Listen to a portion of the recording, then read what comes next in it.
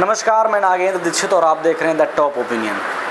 आज top opinion की team Balha विधानसभा में आई है और जब हम बल्हा विधानसभा में आए तो यहाँ पर हमारी मुलाकात सावित्रीबाई फुले जी से हुई है, जो पूर्व विधायक, पूर्व सांसद और वर्तमान में भारतीय संविधान रक्षक सेना से हैं। बहुत बहुत स्वागत है हमारा इस पॉडकास्ट में। देखिए, हम आपकी सादगी देखें तो थोड़ा हम आश्चर्यचकित हुए कि एक आप सांसद भी रही हैं, आप विधायक भी रही हैं, उसके बाद इतना सब सादा, ना कोई दिखावा, मतलब थोड़ा सा भी आपके पास दिखावा नहीं है कि नहीं हम सांसद रहे हैं, हम विधायक रहे हैं तो हमारे पास इतनी गाड़ियों की काफिला होना चाहिए या हमारे पास इतना बड़ा मकान होना चाहिए। ये सब हम देखे नहीं आपके पास। इतना सादगी कैसे आपके जीवन में? आपको बहुत बहुत साधुवाद। मैं सावित्रीबाई फुले, पूर्व सांसद बहराइच जी।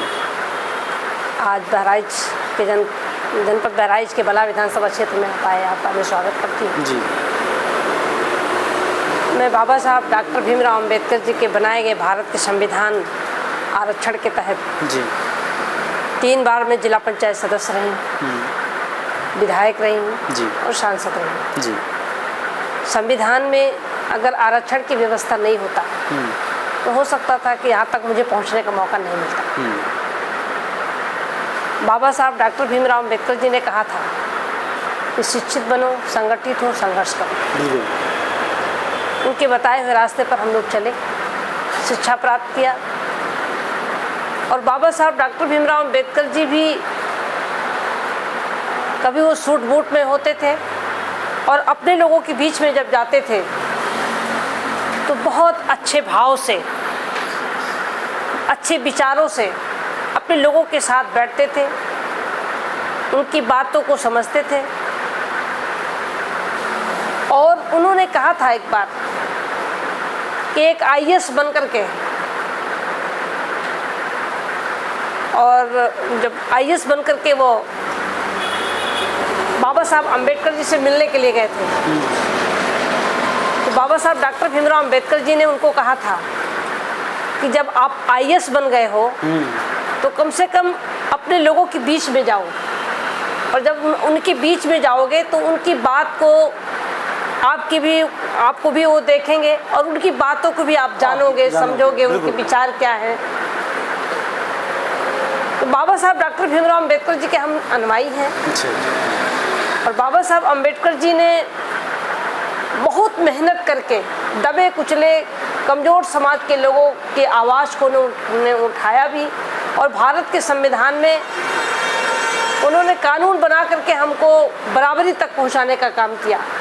भारत के संविधान में सामाजिक, आर्थिक और राजनीति में हमको बराबर लाने का संविधान में उन्होंने व्यवस्था दिया, जिसके तहत आज हम सब यहाँ तक पहुँचने का हमको मौका मिला। मैं बचपन से साध्वी भी हूँ और मैं जनता की बदौलत हूँ। मुझे कोई विरासत में कुछ नहीं मिला, जो भी कुछ मुझे मिला वो हमारे संघर्ष की बदौलत मिला। जी। हमारे गुरु माननीय अक्षयवरनाथ कनौजिया जी हैं। जी। मैं 8 साल की थी तब उन्होंने मुझे गोद लिया जी। और उन्होंने मुझे पढ़ाया लिखाया, राजनीति में लाए और उन्होंने मुझे चुनाव लड़ाया। आज यहाँ तक मुझे पहुँचने का मौका मिला है। तो हमारे गुरु माननीय अक्षयवरनाथ कनौजिया जी हमेशा कहते हैं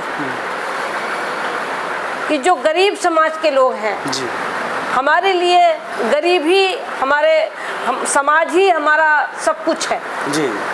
समाज के लोग अगर साथ नहीं देते तो 3 बार जिला पंचायत सदस्य और विधायक सांसद हम नहीं बन पाते। सही है। उनके बीच में हम कोई घमंड दिखा करके, दिखावापन करके और उस भाव में अगर हम आएंगे तो उनको भी लगेगा कि कल कहाँ थी और आज कहाँ है। मेरे पास कुछ नहीं था, मैं बहुत गरीब परिवार से मैं यहाँ तक पहुँची हूँ जी। हमारे पिताजी भी कभी मजदूरी किया करते थे, मैंने भी दूसरे के खेत में मैंने मजदूरी की है, तो हम गरीबों की दर्द को मैं समझ सकती हूँ। और जब मैं भारत की सबसे बड़ी पंचायत लोकसभा में पहुंची तो वहाँ पर भी मैंने सब निचले जो तबके लोग हैं, जो गरीब, कमज़ोर, लाचार, बेसहारा, बेरोजगार लोग हैं, मैंने लोकसभा में इस बात को, आवाज़ को उठाने का काम किया। आज पूरा भारत मुझे जानता है। बाबा साहब डॉक्टर भीमराव अम्बेडकर जी ने भारत की संविधान में जो हमें व्यवस्था दिया है, उस व्यवस्था को लेकर के आज भी हम पूरे देश में समाज के लोगों को एकजुट करने का काम कर रहे हैं कि जब तक भारत का संविधान संपूर्ण रूप से लागू नहीं होगा, तब तक देश में गैर बराबरी समाप्त नहीं होती। आप देखते होंगे कि ऊंची और नीची जमीन बराबर फसल नहीं देती। जब तक बराबर जमीन नहीं होगी, तब तक बराबर फसल नहीं देती। तो जब तक देश में गैर बराबरी बनी रहेगी, ऊंच नीच की खाई बनी रहेगी, तब तक देश बराबरी पर नहीं आ सकता, समाज बराबरी पर नहीं आ सकता। भारत के प्रधानमंत्री नरेंद्र मोदी जी कहते हैं कि हम भारत को विश्व गुरु पर पहुंचाने का काम करते हैं, लेकिन आज आप देख रहे हैं कि देश कहाँ जा रहा है। जो गरीब, कमजोर, लाचार, बेसहारा, बेरोजगार लोग हैं, आज सड़कों पर हैं। लेकिन कहीं ना कहीं मोदी जी भी तो आप ही के समाज से निकले हुए हैं। मोदी जी में कथनी और कथनी में बहुत अंतर है। वो कहते कुछ और है, करते कुछ और है। लेकिन है तो आपके समाज ही के, आज आपके समाज ही का पीएम है, प्रधानमंत्री है। वो तो कहने का है। प्रधानमंत्री जी मैंने तो बहुत नज़दीक से देखा है कि आज जो देश का युवा आज सड़कों पे उतर रहा है। अभी जंतर मंतर पर आपने देखा जी कि तमाम गरीब, कमज़ोर, लाचार समाज से भी उठ करके पढ़ाई करके और लोग रोजगार की मांग कर रहे हैं, नौकरी की मांग कर रहे हैं, अपने हक की बात कर रहे हैं, संविधान में दिए कानून को लागू कराने की बात कर रहे हैं। तो प्रधानमंत्री जी उस पर गौर नहीं कर रहे हैं, बल्कि कई बार पेपर लीक हुए। बच्चे बहुत मेहनत करके, बड़ी तैयारी करके पेपर देते हैं कि हम पेपर देंगे, हमारा नाम, रिजल्ट आएगा, हम नौकरी में आएंगे, हम आगे बढ़ेंगे।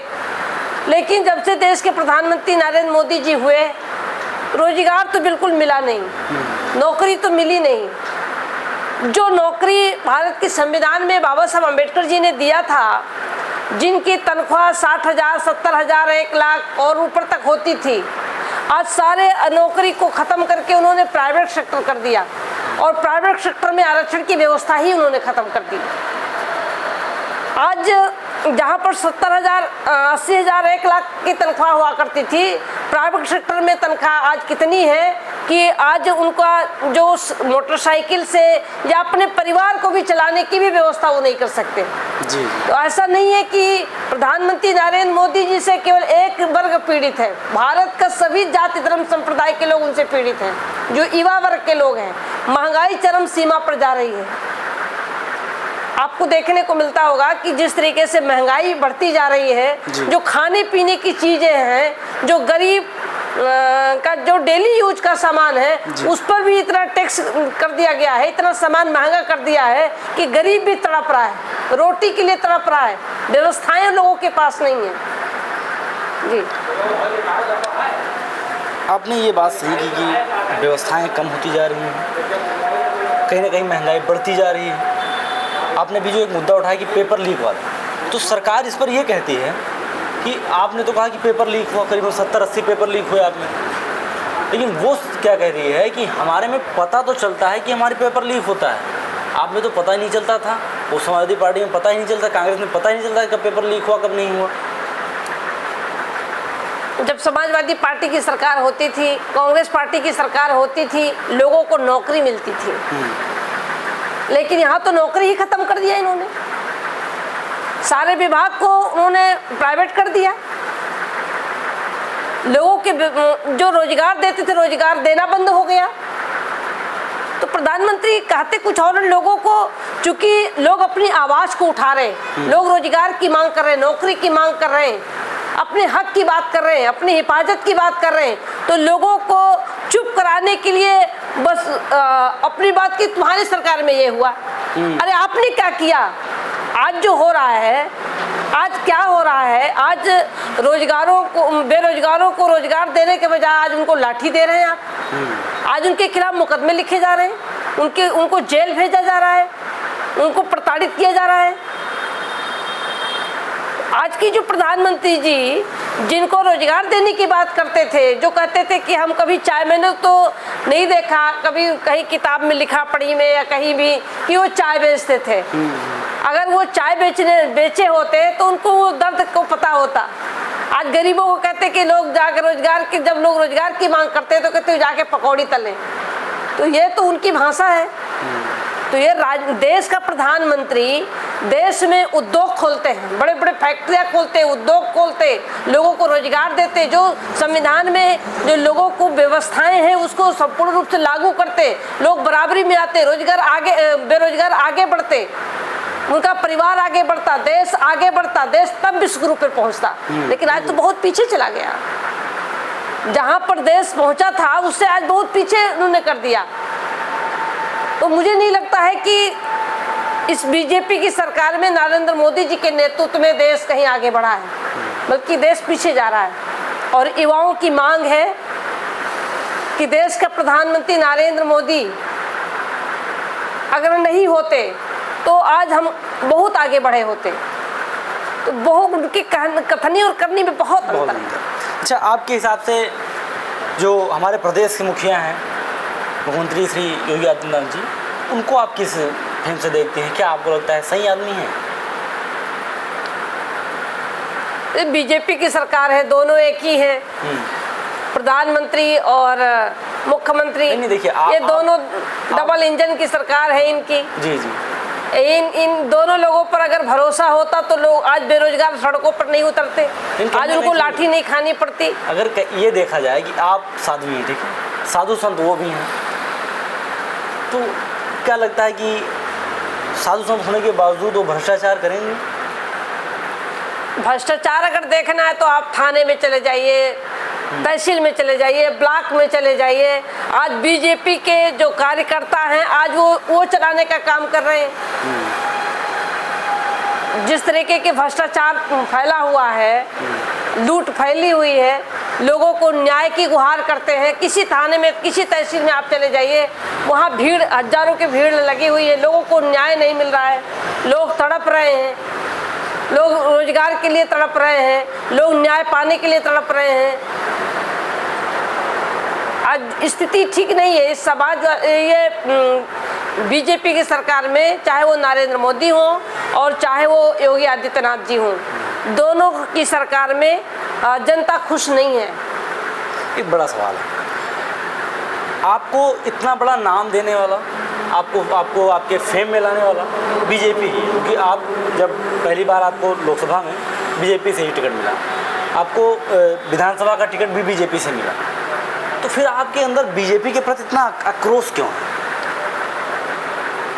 देखिए, जब मैं बीजेपी की सरकार में जी विधायक बन करके गई, जी 2012 में विधायक बनी, जी 2014 में सांसद बनी, जी सांसद बनने के बाद साल 2 साल तो मुझे समझने में लगा, और जब मैं समझ पाई, संविधान को पढ़ा, संविधान को देखा, संविधान में जो व्यवस्थाएं हैं मैंने समझा, तो संविधान में दिए गए कानून को लागू करने के लिए लोकसभा में आवाज़ उठाया। और जब हमने संविधान को लागू करने के लिए आवाज़ उठाया तो हमारी बातों को अनसुनी की गई, बल्कि हमको प्रधानमंत्री कार्यालय में भी तलब किया गया, और आरएसएस के लोगों ने झंडे वाले पार्क दिल्ली में भी वहाँ कार्यालय मुझे तलब किया गया, और ये कहा गया कि आप जो बोल रही हैं वो ठीक नहीं बोल रही हैं। तो भाई मैंने कहा कि जो भारत के संविधान में व्यवस्था है हम उसी को तो मांग करने की बात कर रहे हैं। किस व्यवस्था की मांग कर रहे थे आप? संविधान में अनुसूचित जात, पिछड़ी जात, जनजात, आदिवासी समाज, भारत में रहने वाले सभी जात धर्म संप्रदाय के लिए जो व्यवस्था है, कानून बनी है संविधान में, उसे संपूर्ण रूप से लागू किया जाए। जो देश में गैर बराबरी बनी है उसे बराबरी पर तभी लाया जा सकता है जब संविधान संपूर्ण रूप से लागू होगा। नहीं तो आपके हिसाब से अभी लागू नहीं हुआ? अभी संपूर्ण रूप से भारत के संविधान में जो कानून है आज वो संपूर्ण रूप से लागू हो गया होता तो आज जो देश में गैर बराबरी है वो समाप्त हो गई होती। नहीं तो उसमें जैसे आप ये एक एक करके बताना कि ये कानून अभी कौन सा कानून है जो भी नहीं लगा है? क्योंकि संविधान में बहुत सारी व्यवस्थाएं हैं, सामाजिक, आर्थिक और राजनीति में बहुत सारी व्यवस्थाएं हैं, वो आज भी लागू नहीं है। नहीं है, आप संविधान अगर लागू नहीं है तो फिर देश कैसे चल रहा है, ये बड़ा क्वेश्चन बन रहा है ना। ये जो लागू भी था कांग्रेस की सरकार में, जो लागू भी किया था उसे भी इन्होंने रोकने का काम किया। जो देश आगे बढ़ा था, जो देश की युवा नौकरी पा करके, रोजगार पा करके, उद्योग लगा करके, व्यवस्था पा करके जो आगे बढ़े थे, उसे भी बीजेपी की सरकार में रोकने का काम किया। नहीं, उद्योग वाला तो फिर सरकार 5 लाख का लोन भी दे रही है और वो भी बिना ब्याज के दे रही है कि आप उद्योग लगाइए, हम तो आपके साथ हैं। ये तो बता तो रहे हैं कि जो बड़े लोग हैं, जो पूंजीपति लोग हैं, जो पहले भी बड़े थे, पूंजीपति थे और आज भी पूंजीपति हैं, उन्हीं को तो व्यवस्था दे रहे हैं। अडानी अंबानी जैसे लोगों को तो उद्योग लगाने की बात कर रहे हैं, उन्हीं को तो छूट दे रहे हैं, उन्हीं को तो पूरा भारत का जो पैसा, जो अर्थव्यवस्था है, वो तो सारा का सारा अडवाणी के पास है। सारा का तो सारा पैसा सब अडवाणी को देते जा रहे हैं। सारे जो भी सरकारी व्यवस्थाएं थी वो उसे सब प्राइवेट करके, और सारा कुछ तो रेल बिक गया। आपने देखा होगा बिजली विभाग प्राइवेट हो गया, शिक्षा प्राइवेट हो गया, तमाम स्कूलें बंद कर दिए गए। जो सरकारी स्कूलों बच्चों के लिए व्यवस्थाएं थी वो सरकारी स्कूलें बंद कर दी गई। जो अनुसूचित जात, पिछड़ी जात, जनजात समाज के लोगों के लिए जो छात्रवृत्ति की व्यवस्था थी उस पर भी इन्होंने रोक लगाया। छात्रवृत्ति तो मिल रही है सब बच्चों, बहुत कम लोगों को मिल रही है, बहुत कम लोगों को मिल रही है। मैं तो सांसद रही हूँ, मैं तो समिति में भी रही हूँ। जो भारत सरकार से व्यवस्थाएं आती हैं वो संपूर्ण रूप से लागू ही नहीं होता। तमाम बच्चे आज अगर वो व्यवस्थाएं मिल गई होती तो पढ़ करके बहुत आगे बढ़ गए होते। आपने देखा होगा कि जो शिक्षा में जो प्राइवेट सेक्टर को आगे बढ़ावा दिया जा रहा है और जो सरकारी व्यवस्था है उसे पीछे किया जा रहा है। तमाम विद्यालय बंद कर दिए गए। जो गरीब तबके बच्चे हैं वही बच्चे सरकारी स्कूलों में पढ़ते हैं, बड़े लोगों के बच्चे प्राइवेट स्कूल में पढ़ते हैं। और प्राइवेट स्कूल को इतना बढ़ावा दिया जा रहा है, जो सरकारी स्कूल हैं उसको घटाया जा रहा है। सरकारी प्राइवेट स्कूलों में फीस इतनी महंगी की जा रही है और जो सरकारी स्कूल की जो सरकार की तरफ से व्यवस्थाएं थी उसे बंद किया जा रहा है। तो उस स्कूल में कौन पढ़ता है? गरीब तबके बच्चे पढ़ते हैं।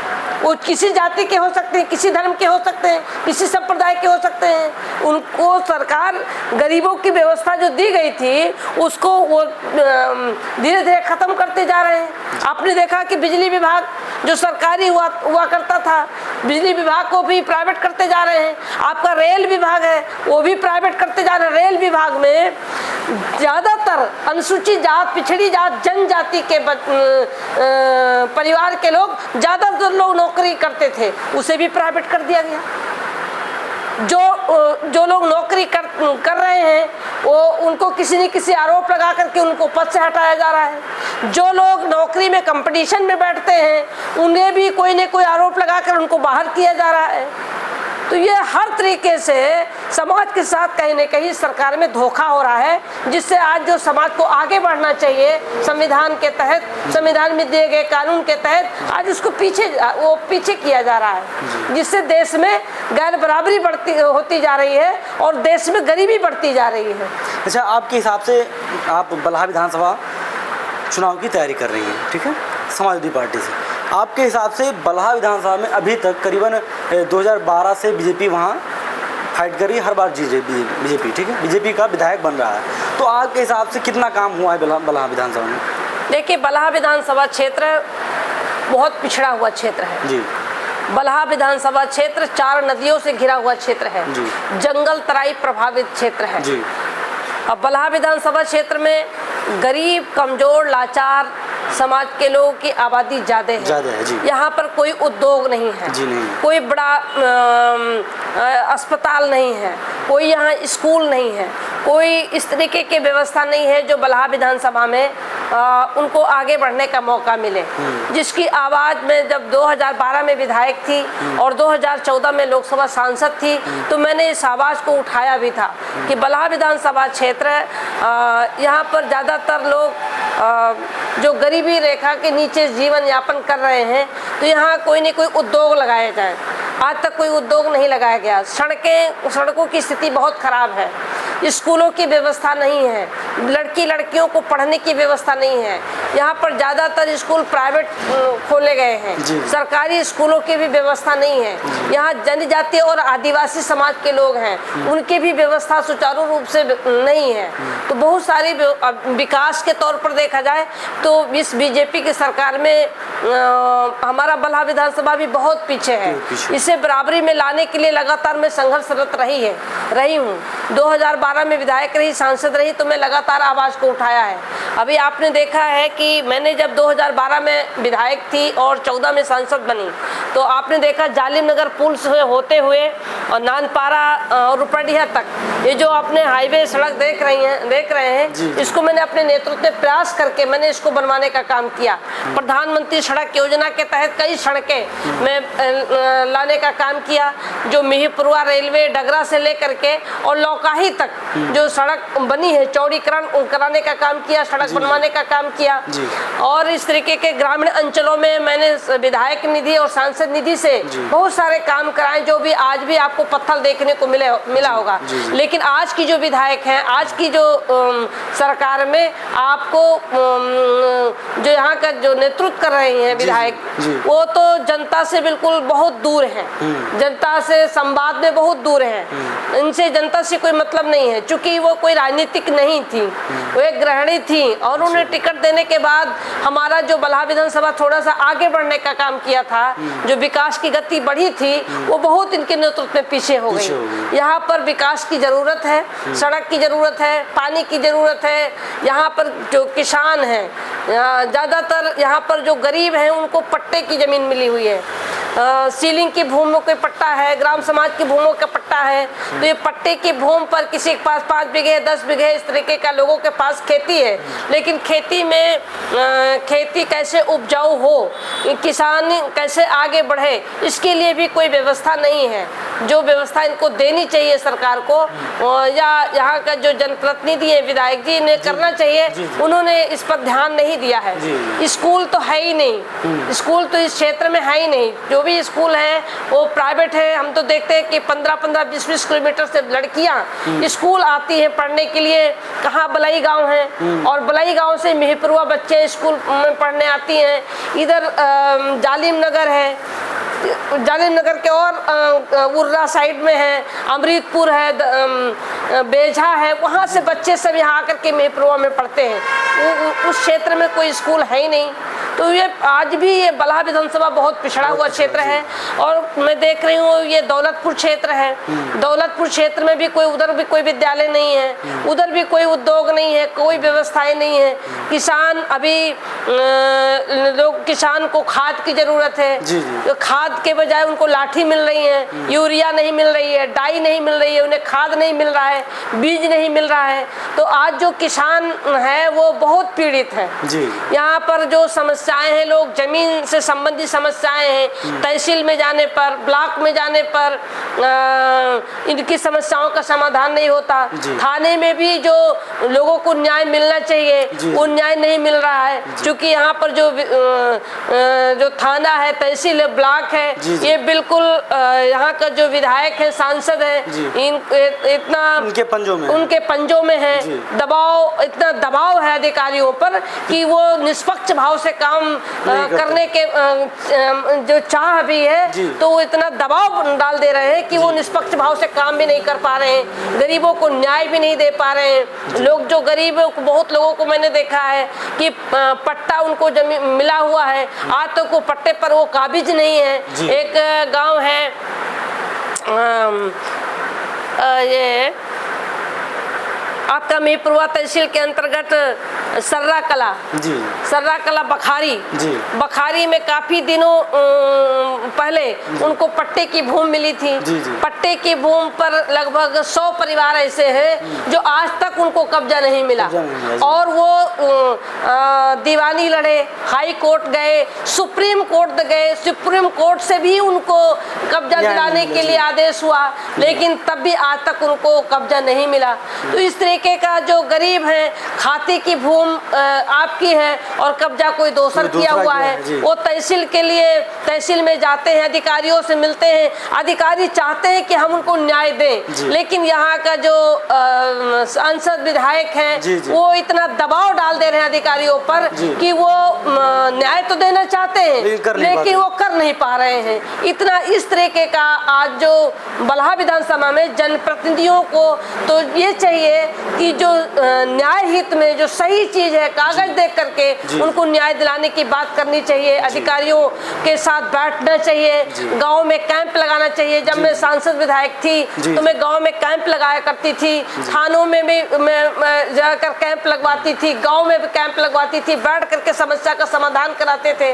आज मुझे आप देख रहे हैं, आप कह रहे हैं कि बहुत साधारण से हैं, क्योंकि हम तो गरीबी से उठे हैं, हमें कोई विरासत में कुछ मिला नहीं।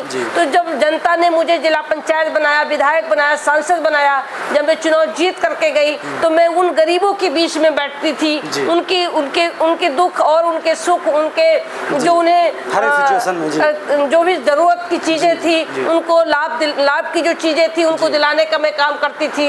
मैं समस्याओं का समाधान करने के लिए जनता के बीच में रहती थी, अधिकारियों के बीच में रहती थी।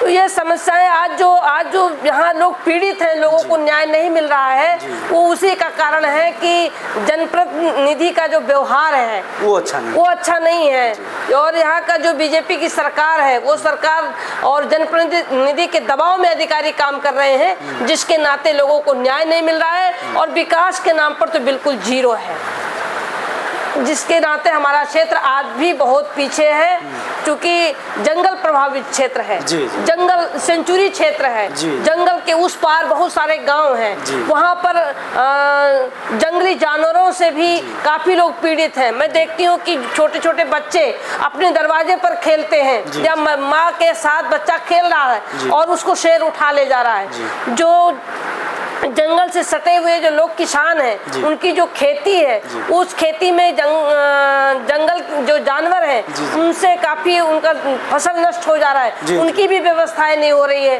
कहीं ना कहीं अभाव पूरे क्षेत्र में है, पूरे क्षेत्र में बहुत ज्यादा अभाव है, देख नहीं रहे। जी चलिए, बहुत बहुत धन्यवाद आपको समय देने के लिए।